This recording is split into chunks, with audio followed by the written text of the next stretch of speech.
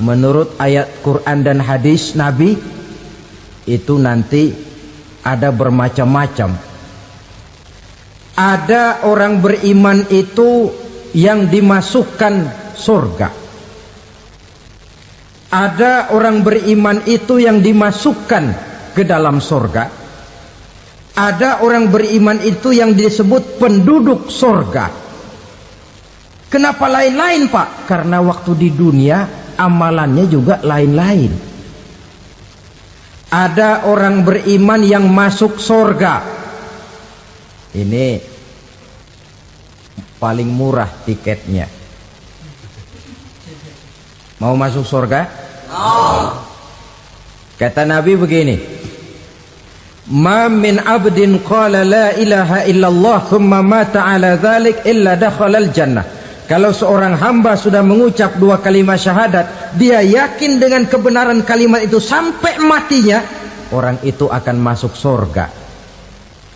Abi Dzar yang waktu itu diajak bicara heran, ya Rasul kok gampang betul? Iya, walaupun orang itu mencuri, iya, walaupun orang itu berzina, iya, biar dia mencuri, biar dia berzina, kalau dia sudah mengucap dua kalimat syahadat, dia yakin dengan kebenaran kalimat itu sampai matinya, itu orang akan masuk surga.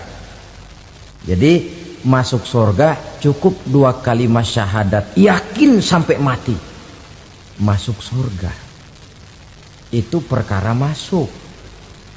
Tapi kalau pertanyaannya diterusin, masuknya kapan, Pak? Nah, ini lain lagi urusannya. Sebab ada yang masuknya itu langsung, ada yang mampir dulu. Di sana tempat cuma dua, kalau tidak surga, neraka. Mau ke surga tapi mampir dulu, yang mampirnya jelas di neraka. Kenapa? Dalam hadis qudsi ada riwayat, nanti itu di akhirat, setelah Allah selesai mengatur penduduk surga masuk surga, yang neraka masuk neraka, Allah berkata kepada malaikat Malik, malaikat Malik, labaik ya Allah, itu bajingan-bajingan tengik, manusia-manusia durjana yang waktu di dunia tidak mau sujud, jauh dari ulama, gemar melakukan yang munkarat dan maksiat, hidup di tengah masyarakat selalu jadi bibit keonaran, kufur, sudah masuk neraka semua. Sudah ya Allah. Nah, kalau sudah, coba sekarang kamu masuk, Malik. Saya, iya, masuk neraka. Mau apa ya Allah? Kata Allah, akhriju minan nar man kana fi qalbihi misqala habatin min khardalin min iman. Kau masuk neraka, cari di dalam neraka orang-orang yang ada imannya walaupun kecil sebesar biji zarah, angkat mereka keluar. Masuk malaikat Malik ke neraka, cari orang yang ada imannya, korek-korek. Ya repot, udah pada gosong. Yang ada imannya diangkat ke atas, yang ada imannya diangkat ke atas, lalu dimandikan di Nahrul Hayat, namanya sungai kehidupan di akhirat nanti. Cakep lagi rupanya, bersih lagi wajahnya, apel di hadapan Allah. Kata Allah, bagaimana mas? Kapok nggak sampean? Kapok ya Allah. Nah, kalau kapok, idhab fadkhulil jannah, pergi masuk surga sana. Berangkat mereka ke surga, ketemu sama teman-temannya yang udah sampai lebih dulu, yang nggak pakai mampir lagi. Terjadi dialog. Kata teman-temannya yang udah pada nyampe duluan, mas, iya, emang baru sampai? Saya baru sampai. Memang mampir di mana dulu mas? Kita sudah lama sampai di surga. Saudara buka surah Al-Muddatsir ayat 34-35. Ma salakakum fis saqar? Kenapa kamu mampir di neraka Saqar? Qalu lam naku minal musallin. Mereka menjawab, kami mampir di neraka Saqar mas, gara-gara dulunya kami waktu di dunia ndak pernah sholat. Ndak pernah sholat? Ndak pernah. Kan rumahnya dekat masjid, cuma dekat doang mas. sholat mah enggak saya. Enggak pernah ngasih makan fakir miskin, enggak pernah hadir di majelis taklim, pendeknya enggak pernah melakukan kebajikan, maka saya pun mampir di neraka sakor. Untung betul saya punya iman mas sedikit. Waktu hidup di dunia dulu saya pernah mengucap 2 kalimat syahadat, sekali-kalinya waktu mau kawin. Masya Allah. Untung saja kawin, kalau nggak kawin polos.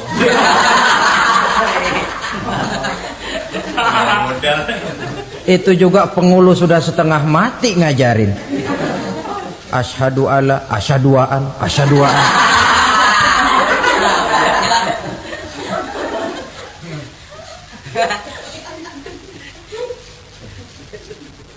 Ini namanya masuk surga, ada mampir dulu.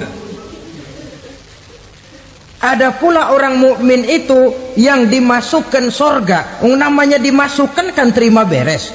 Saya masuk ke rumah, jalan sendiri, cari tempat sendiri. Saya dimasukkan ke dalam rumah, terima beres, pokok ada di dalam, itu dimasukkan namanya. Nggak pakai mampir. Tapi tentu tiketnya lebih mahal ketimbang yang pertama tadi. Apa kata Allah? Innal ladzina amanu wa amilus salihat la ukaffiranna anhum sayyi'atihim wa la udkhilannahum jannah. Sesungguhnya orang-orang yang beriman kemudian beramal soleh, kami hapuskan segala dosa dan kesalahannya, kami masukkan mereka ke dalam surga. Lihat ayatnya, Allah yang memasukkan, kita yang dimasukkan. Tidak pakai transit, tidak usah mampir. Cuma tidak cukup syahadat, tidak cukup amanu, tapi diiringi dengan wa amilus shalih. Iman, amal. Tidak cukup syahadat, lalu dibuktikan dia sholat, dia zakat, puasa, lalu dia melakukan berbagai macam kebajikan. Ini yang menyebabkan dia tidak pakai mampir di tempat yang bernama sakor. Lalu ada pula orang mukmin itu yang disebut penduduk sorga. Wah, ini sudah VIP ini. Ashabul jannah, penduduk sorga. Siapa mereka? Kata Allah, innal ladzina amanu summa istaqamu fala khaufun alaihim wala hum yahzanun ulaika ashabul jannah hum fiha khalidun. Sesungguhnya orang-orang yang beriman lalu istiqamah, tetap dalam melaksanakan perintah Allah, tidak goyang, tidak labil tapi stabil, istiqamah, mereka tidak takut dan tidak bersedih hati, merekalah penduduk surga. Iman, istiqamah. Tidak punya duit, sembayang. Banyak duit, sembayang. Miskin, sembayang. Kaya, tetap sembayang. Istiqamah. Kadang orang kalau susah rajin ke masjid, banyak duitnya ngelihat masjid melengos. Waktu miskin hamba Allah, setelah kaya jadi hamba harta. Bergeser, tidak ada nilai istiqomahnya. Saudara-saudara, dengan begitu penduduk neraka itu dua. Ada penduduk permanen, ada penduduk yang semi permanen. Yang semi permanen orang-orang beriman yang mempunyai dosa besar. Mereka masuk ke neraka untuk menerima azab sesuai dengan dosanya.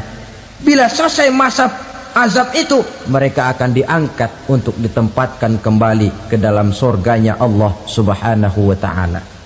Nah, dikala itulah saudara-saudara, ada yang disebut syafaat dari Rasulullah Sallallahu Alaihi Wasallam. Tapi tentu jangan lupa, syafaat ini ibarat kain menambal dia. Kita punya kain bolong-bolong sedikit, syafaat yang menambal.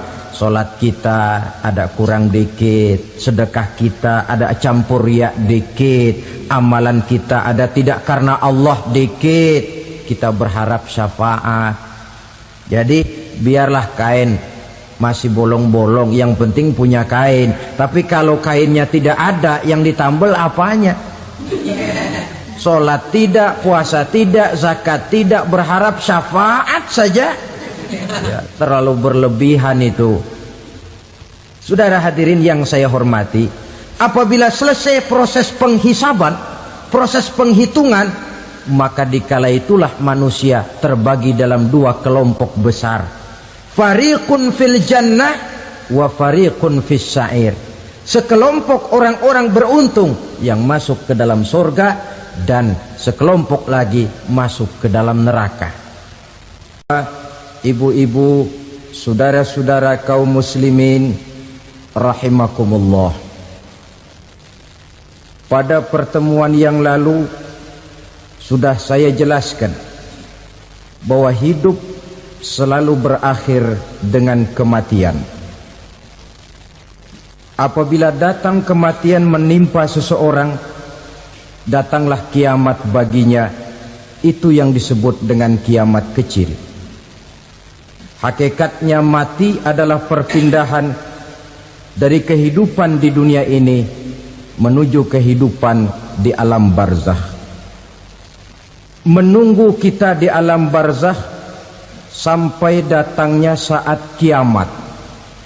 Entah 10 tahun, entah 100 tahun, entah 1000 tahun, hanya Allah saja yang maha tahu.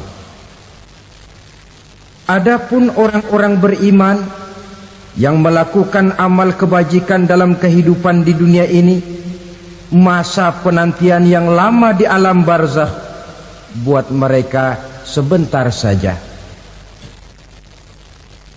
Tetapi bagi orang-orang kafir yang ingkar, yang tidak beriman kepada Allah, yang hidup di dunia cuma menumpuk-numpuk dosa, tentu penantian di alam barzakh akan merupakan waktu yang sangat lama.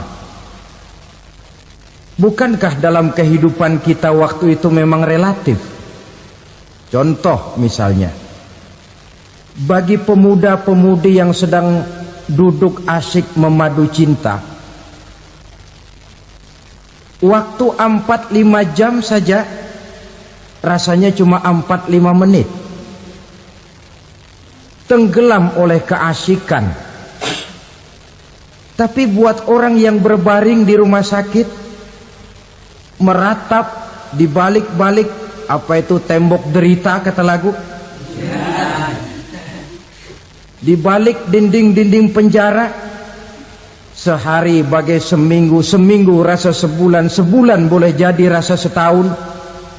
Penantian yang sangat lama. Kapan kiamat itu akan datang? Ini rahasia Allah. Jangankan kita yang orang awam, baginda Nabi sendiri tidak diberitahu oleh Allah kapan kiamat itu akan terjadi. Tetapi sungguh pun demikian, banyak hadis-hadis yang menjelaskan ciri atau tanda-tanda datangnya kiamat. Nah, kalau sudah bicara soal tanda, tanda kiamat itu ada dua. Pertama yang disebut alamatus sughra, tanda-tanda kecil. Ini waktunya masih ada tenggang. Ada yang dinamakan alamatul kubra, tanda-tanda besar. Artinya kiamat sudah diambang pintu. Apa tanda-tanda kecil dari datangnya hari kiamat itu? Misalnya kata Nabi, apabila ilmu sudah diangkat oleh Allah, artinya apabila ulama sudah banyak wafat, minat orang belajar agama berkurang, lalu kebodohan nampak merajalela di mana-mana, zina dikerjakan secara terbuka, minuman-minuman keras jadi kebanggaan, itu termasuk di antara tanda-tanda kecil terjadinya hari kiamat. Apalagi misalnya iza waladatil ammatu rabbataha, apabila budak sudah melahirkan tuan. Apa maksudnya? Ada yang mentafsirkan apabila anak sudah bisa membudaki orang tuanya. Orang tua yang melahirkan dia, yang membesarkan dia, demi setelah si anak besar jadi orang berpangkat, bertitel, berharta, berkedudukan, jadilah orang tua itu budaknya. Sehingga sering dibilang kalau orang tua kaya, anak jadi raja. Tapi kalau anak yang kaya, orang tua sering jadi budak. Apalagi munculnya fitnah yang bergelombang, timbul perang antara dua bangsa yang besar, waktu berjalan terasa sangat pendek sekali. Itu merupakan tanda di antara tanda-tanda kiamat. Termasuk di dalamnya sulit membedakan mana laki, mana perempuan. Kan kalau tanda-tanda kayak begini sekarang sudah banyak kita lihat kan. Ulama banyak wafat, penggantinya sulit. Zina dikerjakan berterang-terangan, minuman keras jadi kebanggaan. Banyak anak membudaki orang tuanya, sulit membedakan mana laki mana perempuan. Kadang-kadang dari belakang kita lihat perempuan bener, begitu kita colek nengok jenggotan.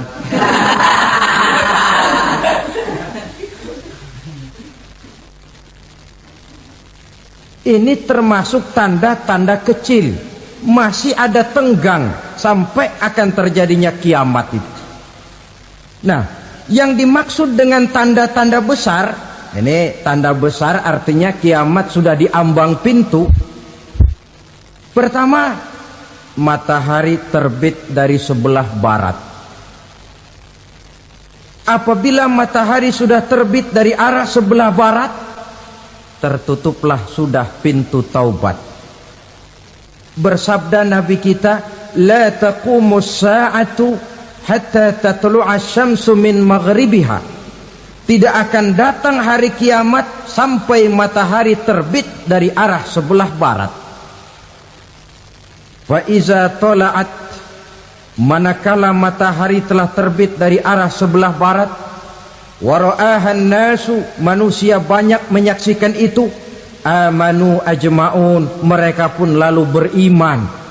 Yang tadinya kafir, yang tadinya ingkar, yang tadinya membangkang, setelah melihat matahari terbit dari sebelah barat, buru-buru beriman, berlomba-lomba mengucap dua kalimat syahadat. Tapi apa yang terjadi? Kata Nabi, wadzalika hina la yanfa'u nafsan imanuha lam takun amanat min qabl. Hari itu adalah hari yang iman sudah tidak berguna lagi bagi seseorang apabila sebelumnya memang dia tidak pernah beriman. Au kasabat fi imaniha khaira, atau beriman tetapi tidak pernah melakukan kebajikan di dalam keimanannya itu. Hari yang sudah kasib, hari yang sudah terlambat, beriman tidak akan ada gunanya lagi. Ini pelajaran buat kita. Sebelum sang surya terbit dari sebelah barat, sebelum nafas sampai di tenggorokan, artinya pintu taubat masih terbuka. Kalau dua hal itu sudah terwujud, nafas sudah sampai di kerongkongan atau matahari sudah terbit dari arah sebelah barat, tertutuplah sudah pintu taubat. Tak ada lagi gunanya pangkat, jabatan, harta, bahkan beriman pun dalam suasana macam itu too late, kata orang Kulon. Sudah terlambat. Matahari terbit dari arah sebelah barat, itu tanda besar, artinya kiamat sudah di ambang pintu. Lalu apalagi tanda besar? Munculnya Dajjal. Dajjal artinya pendusta-pendusta yang menyesatkan manusia. Ada dua macam Dajjal, saudara. Ada Dajjal kecil. Ini Dajjal kelas teri. Kalau ini sejak zaman Rasulullah sudah ada itu. Tiap zaman ada. Di zaman Rasulullah misalnya ada yang bernama Aswad al-Unsi dari Yaman. Ada yang namanya Musailamah Al-Kazzab dari Yamamah. Ada yang namanya Ibnu Sayyad dari Madinah. Ini dajjal-dajjal di zaman Rasul. Musailamatul Kazzab memproklamirkan diri jadi nabi dia. Di zaman Rasul masih hidup. Ini dajjal zaman Nabi. Di zaman sahabat muncul dajjal-dajjal.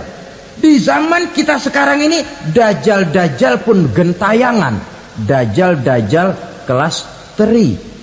Kerjanya mendustakan manusia, menyesatkan manusia, memalingkan manusia dari jalan yang benar dan diridhoi oleh Allah Subhanahu wa taala. Adapun yang merupakan tanda besar dari datangnya kiamat, dajjal-dajjal kelas kakap. Pembohong-pembohong besar yang menyesatkan masyarakat manusia berpaling dari jalan Allah mengikuti jalan mereka. Apa sih ciri dajjal itu? Kata Nabi dalam hadis Bukhari Muslim, "Inna dajjala", sesungguhnya yang namanya dajjal itu yakhruju, satu saat akan muncul mendekati hari kiamat. Wa inna ma'ahu ma'an, si dajjal ini membawa air. Wa naran, dan juga membawa api. Dua simbol. Di tangan yang satu dia bawa air, di tangan yang satu dia bawa api. Wa ammal ladzi yarahu an-nasu ma'an fanarun, adapun yang orang banyak lihat air, hakikatnya adalah api. Yang dilihat api, hakikatnya adalah air. Oleh sebab itu, kalau api yang ditawarkan, ambillah air. Kalau air yang ditawarkan, pilihlah api. Maksudnya apa ini? Ini bahasa simbol, saudara-saudara. Dajjal bicaranya seolah-olah untuk kepentingan manusia, menawarkan surga. Surga yang dia tawarkan hakikatnya neraka. Hai manusia, kalau kau mau bahagia, jangan dekat-dekat dengan agama. Solat itu tidak efektif dan efisien, tidak produktif dari segi ekonomi itu.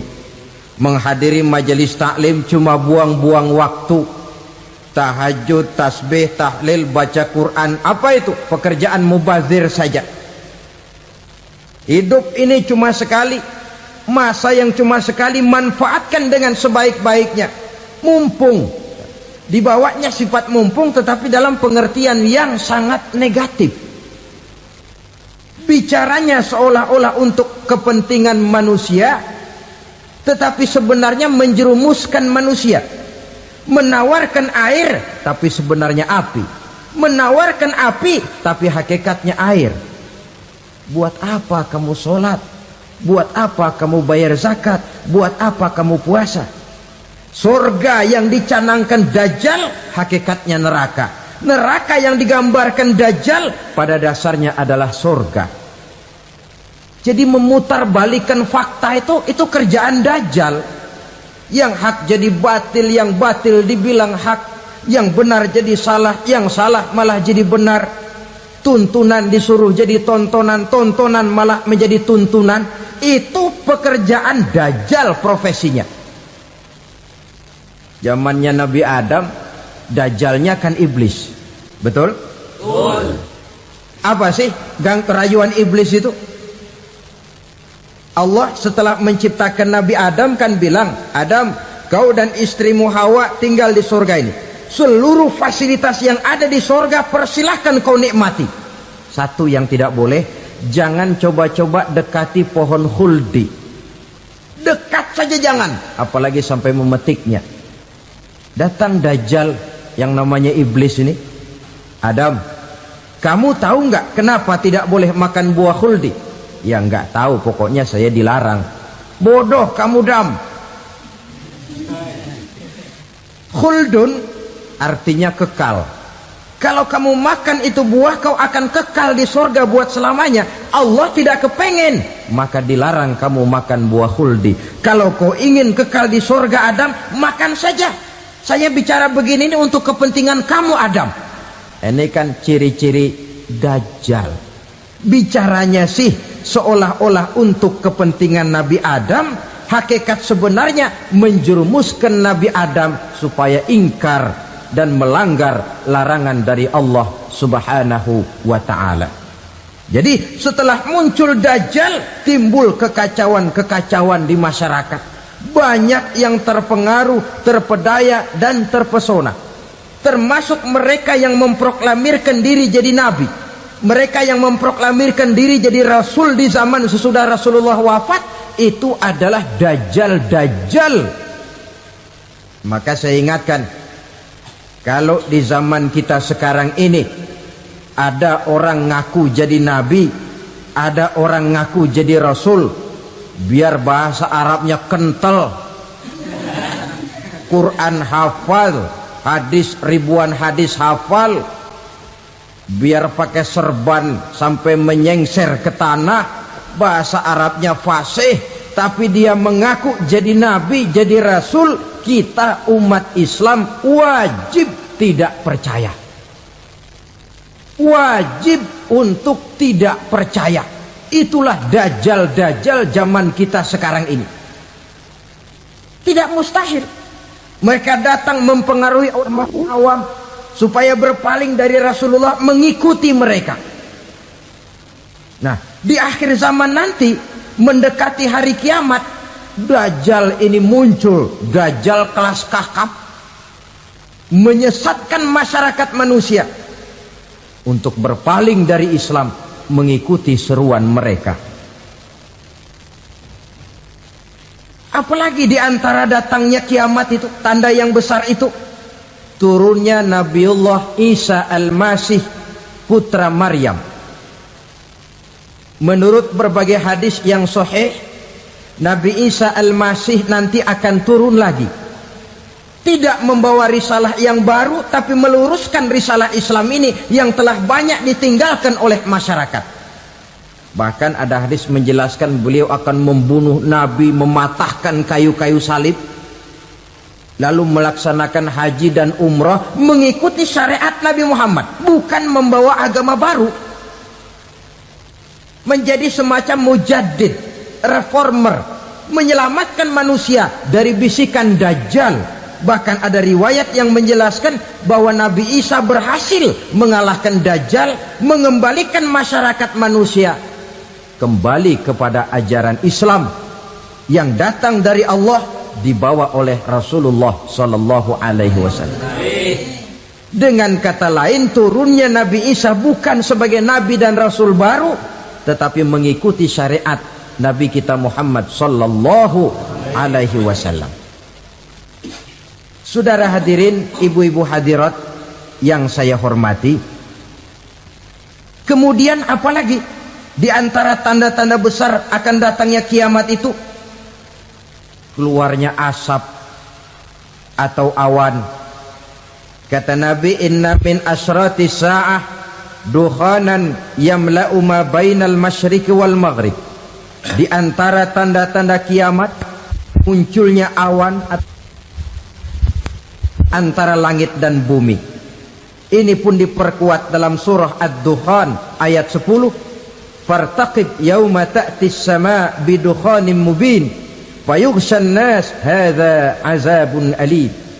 Bagi orang-orang yang beriman, mereka biasa-biasa saja, tapi bagi orang kufur, datangnya asap dan awan ini merupakan azab yang kelewat pedih. Barangkali sedikit mendekati gambaran tentang azab yang pedih ini, saya ingatkan alam pikiran kita kepada peristiwa yang belum lama terjadi. Pernah dengar berita bocornya reaktor nuklir di Chernobyl, Uni Soviet? Pernah dengar? Nah, bocornya reaktor nuklir di Chernobyl yang mengakibatkan ratusan, bahkan sangat mungkin ribuan nyawa. Cuma satu reaktor.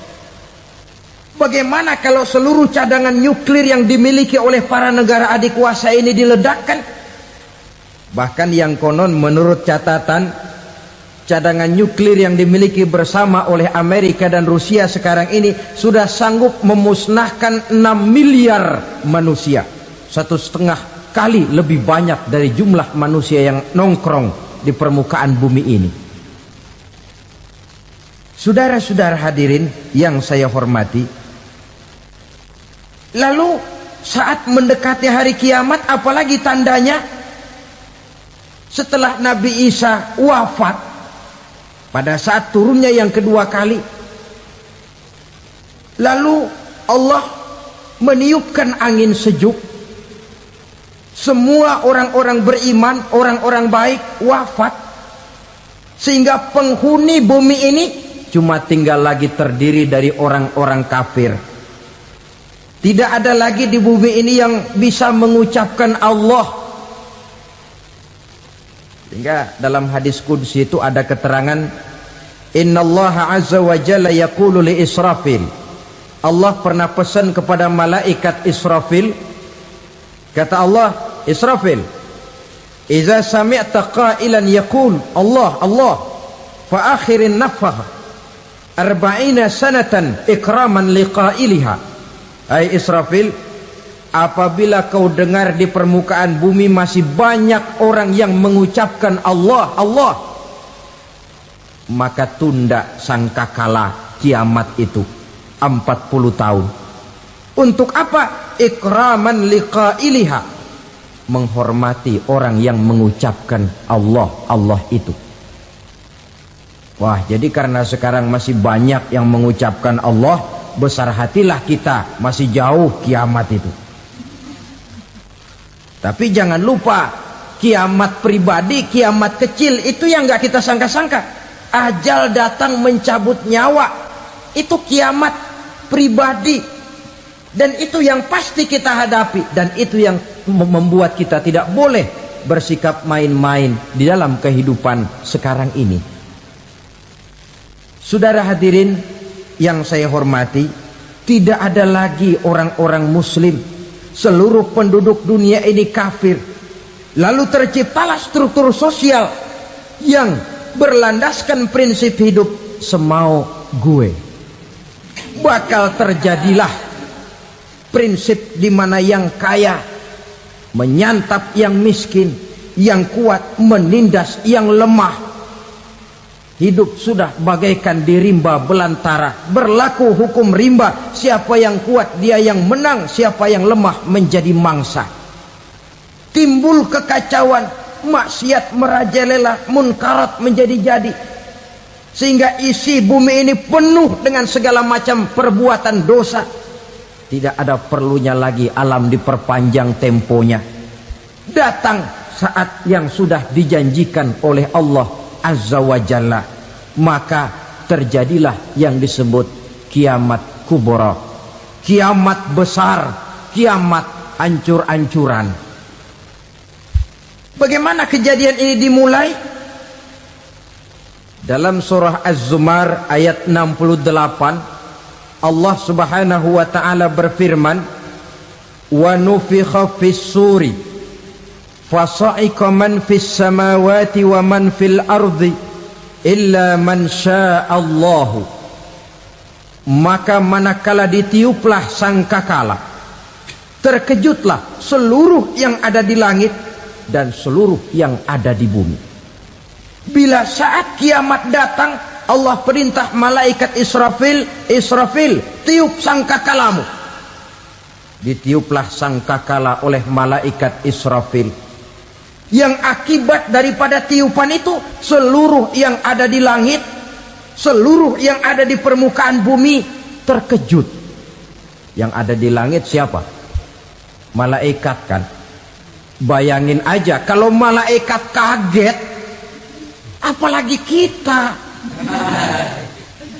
Terkejut seluruh makhluk yang ada di bumi, yang ada di langit mendengar suara sangkakala itu. Bunyinya tidak sanggup kita bayangkan dahsyatnya. Ledakan nuklir, ledakan neutron, belum apa-apa ketimbang bunyi sangkakala malaikat Israfil ini. Nah, lalu mendengar bunyi sangkakala ini, gemparlah makhluk, kacaulah alam. Bumi gempa, planet-planet bertabrakan, gunung meletus, air laut tumpah ke darat, angin topan bertiup, halilintar menyambar, lalu semua yang bernama hidup mati total. Mati bareng tanpa persiapan. La haula wala quwata illa billah. Saya kadang-kadang dalam tafakur bermohon, ya Allah, mudah-mudahan saya enggak nemuin kiamat beneran. Ngeri. Tidak bisa kita bayangkan macam apa suasana seperti itu. Allah saja banyak memberikan gambaran, misalnya Al-Qari'ah, wa mal qari'ah, wa ma adraka mal qari'ah. Kejadian yang menggemparkan. Tahukah kamu apa kejadian yang menggemparkan itu? Yauma yakunun nasu kal farasil mabsus wa takunul jibalu kal ihnil manfus. Pada saat itu manusia berterbangan bagai kupu-kupu, gunung berterbangan seperti kapas ditiup angin. Gunung saja macam kapas, konon lagi manusia. Kematian total, mulai semut sampai gajah mati, jin mati, iblis mati, malaikat mati. Malaikat saja mati. Saudara hadirin yang saya hormati, kematian total yang tanpa persiapan. Orang bilang, Pak, kalau mati bareng begitu yang repot malaikat maut dong ya. Cabut sana, cabut sini. Itu kalau menurut logika kita, mestinya begitu menurut logika. Tapi logika juga yang nggak perlu serepot itu. Sebab untuk mematikan listrik di wilayah DKI, di wilayah Jakarta, nggak perlu tiap rumah didatengin, matiin, ya lama. Cukup dari kantor pusatnya saja PLN, tekan satu tombol, gelaplah seluruh Jakarta. Saudara hadirin yang saya hormati, kematian total. Lalu setelah kematian total, planet-planet juga mati, dalam arti tidak bergerak dan beredar. Angin mati, dalam arti tidak bertiup. Air mati, dalam arti tidak ada riak gelombang. Pokoknya semua mati. Kullu nafsin za'iqatul maut. Semua yang bernafas mati. Dalam ayat lain, kullu man 'alaiha fan. Semua yang ada di permukaan bumi fana. Yang kekal cuma Allah Subhanahu wa ta'ala. Yang paling belakang mati malaikat maut dan malaikat Israfil. Tapi mati juga sesuai dengan janji Allah. 40 lamanya. Tidak dijelaskan oleh Abi Hurairah 40 jam, apa 40 hari, apa 40 tahun. Hadis-hadis cuma menyebutkan 40 saja. Sunyi alam, yang tinggal cuma Allah saja lagi.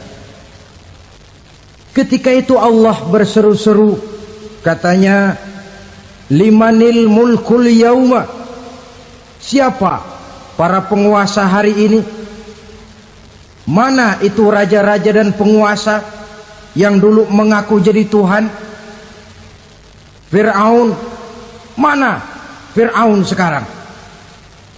Yang dulu jadi raja, merasa berhasil, sombong, lalu tidak mau turun-turun dari kekuasaannya, sampai kepada puncak kekurang ajarannya mengangkat diri jadi Tuhan. Mana itu Fir'aun? Namrus. Mana sekarang Namrus? La ilaha illa ana. Ternyata tidak ada Tuhan lain selain daripada aku, kata Allah. Proses kemudian, saudara-saudara, turunlah hujan dari langit. 40 lamanya hujan itu. Tidak jelas juga 40 jam apa 40 hari. Setelah air turun membasahi, datanglah tiupan sangkakala yang kedua. Semua yang bernama mati bangkit dari kuburnya masing-masing. Ini yang disebut Yaumul Ba'thi, hari kebangkitan. Allahu Akbar. Pada saat kita bangkit dari kubur kita masing-masing, kumpul di padang mahsyar namanya. Bayangin aja, saya sendiri nggak sanggup bayangin. Manusia sejak zaman Adam sampai zaman kiamat kumpul bareng di tempat sama. Berapa banyaknya itu?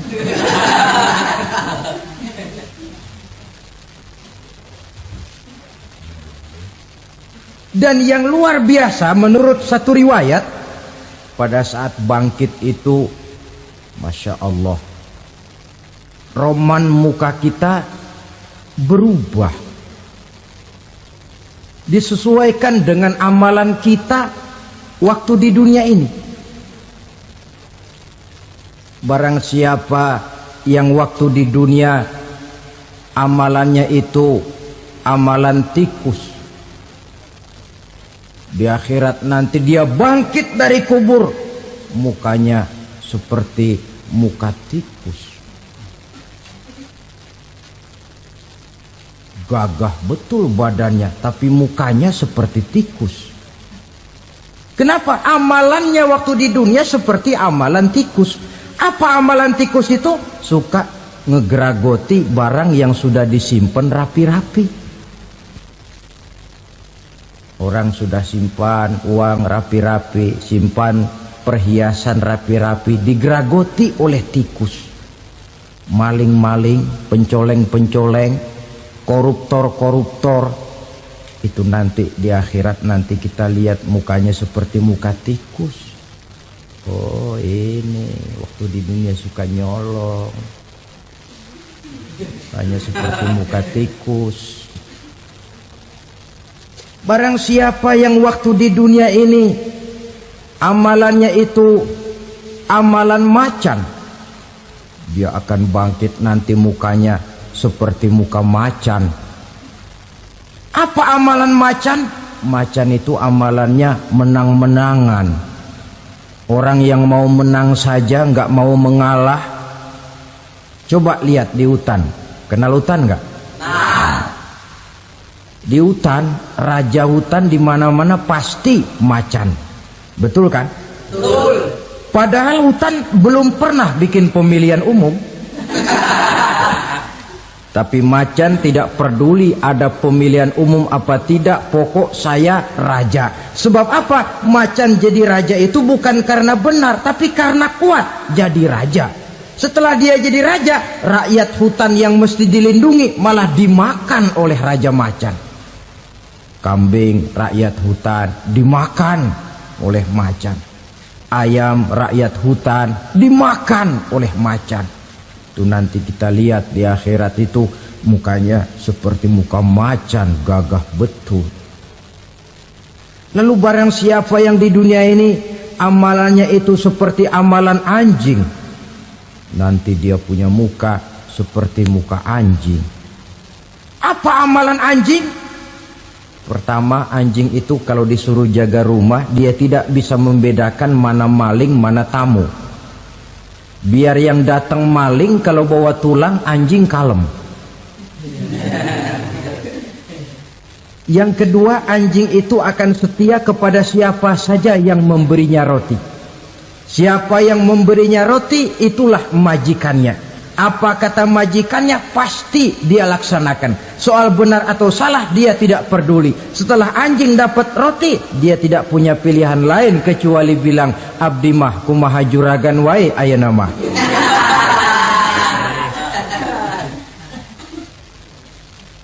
Saudara hadirin yang saya hormati, berkumpul di padang mahsyar, tiap orang sibuk dengan persoalannya masing-masing.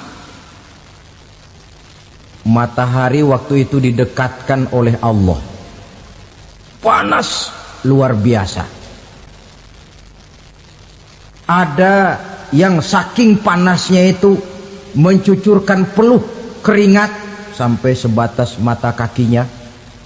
Ada yang keringatnya sampai sedengkulnya, ada yang keringatnya sampai sepusatnya, ada yang keringatnya mengalir sampai sebahunya, ada yang kelelap oleh keringatnya sendiri, sementara orang di sampingnya nggak apa-apa. Bergantung lagi amalan dia waktu di dunia ini. Saudara-saudara, sebagian orang dalam kepanikan padang mahsyar berombong-rombong datang mereka menghadap Nabi Adam. Ya Adam, anta abal bashar. Hai Adam, Tuhan adalah bapak moyang manusia. Kami sebentar lagi akan disidang, dimintakan pertanggungan jawab. Tolonglah kami, hai Adam. Kata Nabi Adam, jangankan nolongin sampean, saya sendiri tanggung jawab di hadapan Allah ketika dulu tidak boleh makan khuldi, saya serobot. Sudahlah, urus diri masing-masing saja, nafsi. Begitu kata Nabi Nuh, begitu kata Nabi Ibrahim. Tiap orang bertanggung jawab sendiri-sendiri. Ketika itulah saudara-saudara, nikmatnya menjadi umat Nabi besar Muhammad sallallahu alaihi wasallam. Sebab apa? Walaupun menurut abjad kita ini umat paling belakang, paling belakang kita ini toh, karena Nabi Muhammad adalah Nabi akhir, tapi akan dihisap lebih dulu, lewat di atas sirat lebih dulu, masuk surga lebih dahulu ketimbang umat-umat belakangan. Ketika Rasul mendekati ajal, beliau tanyakan itu kepada malaikat Jibril. Malaikat Jibril berkata, Muhammad jangan khawatir, Allah sudah berjanji, inni haramtul jannata ala sairil anbiya hatta tadkhulaha anta wa haramtuha ala sairil umami hatta tadkhulaha ummatuka. Surga aku haramkan buat seluruh nabi kecuali kalau engkau Muhammad sudah masuk ke dalamnya, dan surga aku haramkan buat seluruh umat kecuali kalau umatmu Muhammad sudah masuk ke dalamnya. Logikanya, walaupun menurut abjad kita umat paling belakang, bakal dihisap paling dulu, lewat di atas sirat paling dulu, masuk surga paling dulu, kalau mampir ke neraka juga paling dulu. Ya resiko. Jangan mau enaknya aja paling dulu. Saudara hadirin yang saya hormati,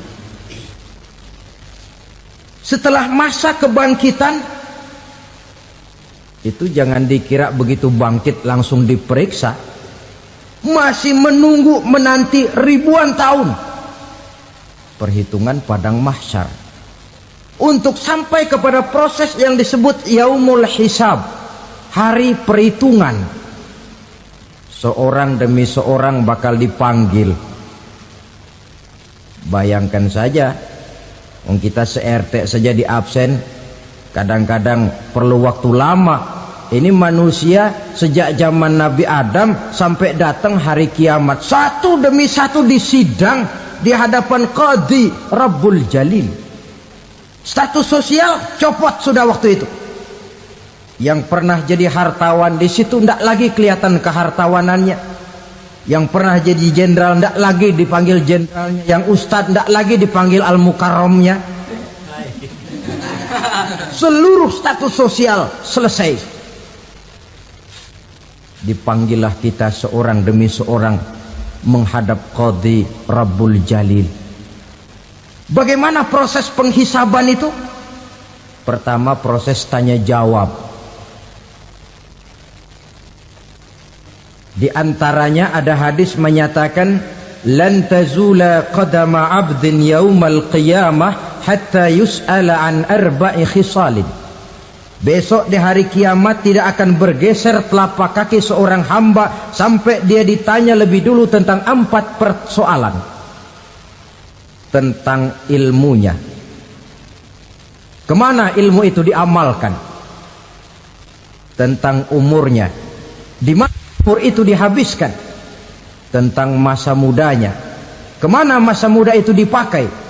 tentang hartanya, dari mana harta itu didapat dan kemana harta itu dibelanjakan. Ini termasuk proses tanya jawab. Jadi kalau istilah pengadilan dunia, nama Fulan bin Fulan. Kamu waktu di dunia diberikan umur panjang untuk apa? Pernah mengalami masa muda, kemana kau habiskan masa remajamu? Kau diamanahkan ilmu, dengan apa ilmumu kau amalkan? Kau diberikan harta, dari mana harta kau dapat, kemana kau belanjakan? Tak seorang pun yang bisa mungkir. Sebab apa? Dikala itu yang menjadi saksi bukan orang. Yang menjadi saksi adalah seluruh anggota badan kita. Tangan bicara, kaki jadi saksi terhadap seluruh amalan yang pernah kita kerjakan pada saat kehidupan di alam dunia ini. Selesai proses tanya jawab, lalu diperlihatkan buku catatan kita waktu hidup di dunia ini. Jangan lupa Allah itu menyiapkan 2 superkomputer kepada kita. Sebelah ditempelin sebelah kanan, yang sebelah tempelin di sebelah kiri. Komputer itu namanya Raqib dan Atid, 2 malaikat yang apabila baik kita lakukan, refleks saja akan menulis kebajikan kita. Jahat kita kerjakan, akan tertulis. Catatan itu nanti diperlihatkan kepada kita. Waduh, alangkah malunya pada saat diperlihatkan catatan kita, buku rapot kita merah melulu. Barangkali diperiksa sambil diomelin, brengsek lo. Buku merah melulu begini, bagaimana waktu hidup di dunia? Tidak cukup diperlihatkan buku catatan kehidupan, rekaman kehidupan. Rekaman kehidupan kita secara utuh sejak terlahir sampai ajal datang merenggut nyawa. Barangkali mirip dengan video sekarang ini, di mana terekam dengan baik seluruh kegiatan kita, sejak yang sekecil-kecilnya sampai kepada yang sebesar-besarnya. Untuk kemudian kita pun menerima balasan. In khairan fa khairun wa in syarran fa syarrun. Kalau baik ya baik balasannya, kalau jahat ya jahat juga balasannya. Catatan-catatan kita diberikan. Kalau banyak kebajikannya diberikan di tangan kanan dengan cara yang halus. Kalau banyak kejahatannya diberikan dari sebelah kiri atau dilempar dari belakang. Itulah sebabnya sejak di dunia ini kita sudah mohon kepada Allah. Ketika berwudu membasuh tangan kanan, apa kita bilang? Allahumma a'tini kitabi biyamini wa hasibni hisaban yasira. Ya Allah, berikan saya kitab di tangan kanan, dan kalau saya memang perlu dihisap, hisaplah saya yang seringan-ringannya. Tangan kiri berlindung kita kepada Allah, jangan sampai diberikan kitab di tangan kiri atau dari arah sebelah belakang. Wa a'udzubika an tu'tiya kitabi bishimali aw min wara'i zuhri, dari arah sebelah belakang. Na'udzubillah min dzalik. Setelah selesai lewat proses penghisaban, lewat mizan, timbangan, maka yang sudah selesai dihisab itu bergeraklah menuju sirat, jembatan yang terbentang menuju surga melalui neraka. Saudara-saudara, panjangnya perjalanan sirat itu memakan waktu ratusan tahun. Tetapi orang yang lewat di atas sirat pun macam-macam, bergantung amalannya ketika di dunia ini. Ada yang lewat di atas sirat itu kal barqil khatib, seperti kilat yang menyambar, lep, sudah sampai dia di surga. Cepat bukan main.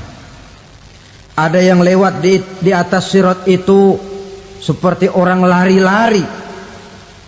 Ada yang lewat di atas sirat itu seperti orang jalan biasa.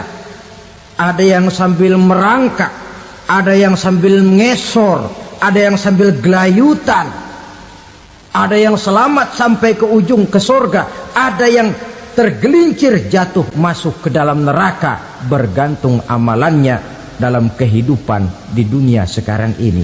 Tiap kita akan melewati yang namanya sirat ini. Saudara-saudara kaum muslimin yang saya hormati, dengan demikian mereka yang selamat melalui sirat sampai ke terminal akhir surga, mereka yang ketika dihisab ternyata banyak kejahatannya daripada kebaikannya, mereka singgah di dalam neraka. Nah, adapun orang-orang yang beriman menurut ayat Quran dan hadis Nabi itu nanti ada bermacam-macam. Ada orang beriman itu yang dimasukkan surga. Ada orang beriman itu yang dimasukkan ke dalam surga. Ada orang beriman itu yang disebut penduduk surga. Kenapa lain-lain, Pak? Karena waktu di dunia amalannya juga lain-lain. Ada orang beriman yang masuk surga. Ini paling murah tiketnya. Mau masuk surga? Kata Nabi begini, ma min abdin qala la ilaha illallah thumma mata ala dhalik illa dakhalal jannah. Kalau seorang hamba sudah mengucap dua kalimat syahadat, dia yakin dengan kebenaran kalimat itu sampai matinya, orang itu akan masuk surga. Abi Dzar yang waktu itu diajak bicara heran, ya Rasul kok gampang betul? Iya, walaupun orang itu mencuri, iya, walaupun orang itu berzina, iya, biar dia mencuri, biar dia berzina, kalau dia sudah mengucap dua kalimat syahadat, dia yakin dengan kebenaran kalimat itu sampai matinya, itu orang akan masuk surga. Jadi masuk surga cukup dua kalimat syahadat, yakin sampai mati, masuk surga. Itu perkara masuk. Tapi kalau pertanyaannya diterusin, masuknya kapan, Pak? Nah, ini lain lagi urusannya. Sebab ada yang masuknya itu langsung, ada yang mampir dulu.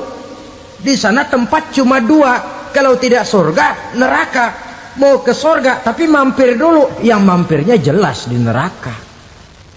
Kenapa? Dalam hadis qudsi ada riwayat, nanti itu di akhirat, setelah Allah selesai mengatur penduduk surga masuk surga, yang neraka masuk neraka, Allah berkata kepada malaikat Malik, malaikat Malik, labaik ya Allah, itu bajingan-bajingan tengik, manusia-manusia durjana yang waktu di dunia tidak mau sujud, jauh dari ulama, gemar melakukan yang munkarat dan maksiat, hidup di tengah masyarakat selalu jadi bibit keonaran, kufur, sudah masuk neraka semua.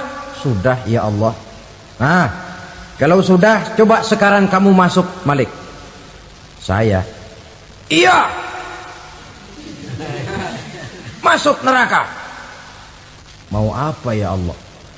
Kata Allah, akhriju minan nar man kana fi qalbihi misqala habatin min khardalin min iman. Kau masuk neraka, cari di dalam neraka orang-orang yang ada imannya walaupun kecil sebesar biji zarah, angkat mereka keluar. Masuk malaikat Malik ke neraka, cari orang yang ada imannya, korek-korek. Ya repot, udah pada gosong.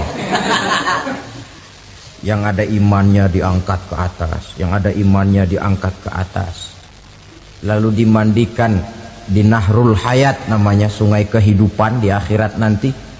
Cakep lagi rupanya, bersih lagi wajahnya, apel di hadapan Allah. Kata Allah, bagaimana mas? Kapok nggak sampean? Kapok ya Allah. Nah, kalau kapok, idhab fadkhulil jannah, pergi masuk surga sana. Berangkat mereka ke surga.